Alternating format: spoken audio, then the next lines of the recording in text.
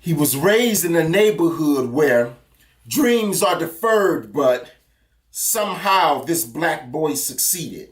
He was educated in a school system which was inept, but somehow this black boy excelled.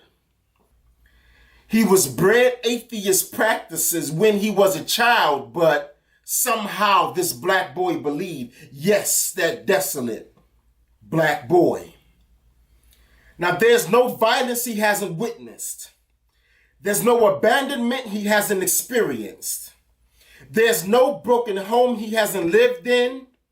There's no narcotic he hasn't seen sold. There's no gang he hasn't been offered to couple with. Yes, that desolate black boy. Oh, he's a lost cause, you say. He has no chance, you say. He would never be informed of anything beyond his own ignorance, you say. Oh, he's from Detroit, the east side. He'll be a statistic, you say. Yes, that desolate black boy. Now, no pastor saw him as one worth praying for. No doctor saw him as one worth healing. No therapist saw him as one worth counseling. And no employer saw him as one worth hiring. No school saw him as one worth admitting. No prison saw him as one worth releasing. No attorney saw him as one worth representing, and none of his family saw him as one worth acknowledging the existence of. Yes, that desolate black boy. He was one who I myself saw no godliness in. He was one who I myself saw no discipline in. He was one who I myself saw no tenacity in, but it's obvious that it was there.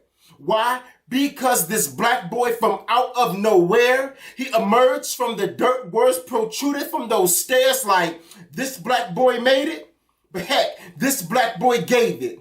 All that he had, but had this black boy gave in to the limits imposed on him, this black boy would have stayed in those Detroit streets where the cement is paved in the blood of its youth, while the parents spend days in mourning over sons who live their lives on the brim, while they look at that black boy like it should have been him.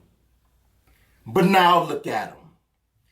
He's a rare flower who blossomed from unpromising soil. He's a dense structure built on unsteady ground. He's an immaculate ruby purified in soiled water. He's a frail article preserved in the unsecured package. Now look at him.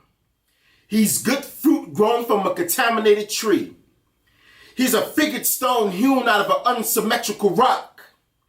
He's fresh thread pulled from a molded cloth. He's a dull blade used to sharpen sluggish minds. Now look at him. He was molded into a man using rock-hard cement.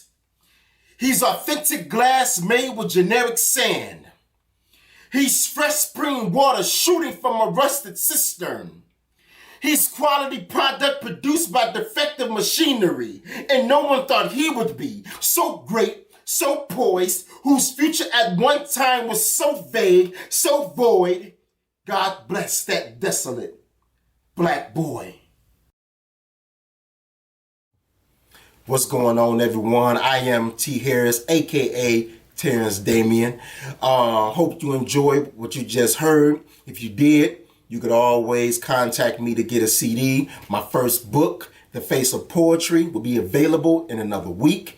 And aside from that, hey, you could also get my new brand of t-shirts as well, Blame Detroit for Everything. Simply meaning there's a lot of negativity that gets aired about the city of Detroit, but then there's a lot of positive things that we don't get the same recognition or publicity for. So the meaning behind it is, don't blame us for the bad, without blaming us for the good. Blame Detroit for everything. I'm T. Harris, aka Terrence Damien. Till next time.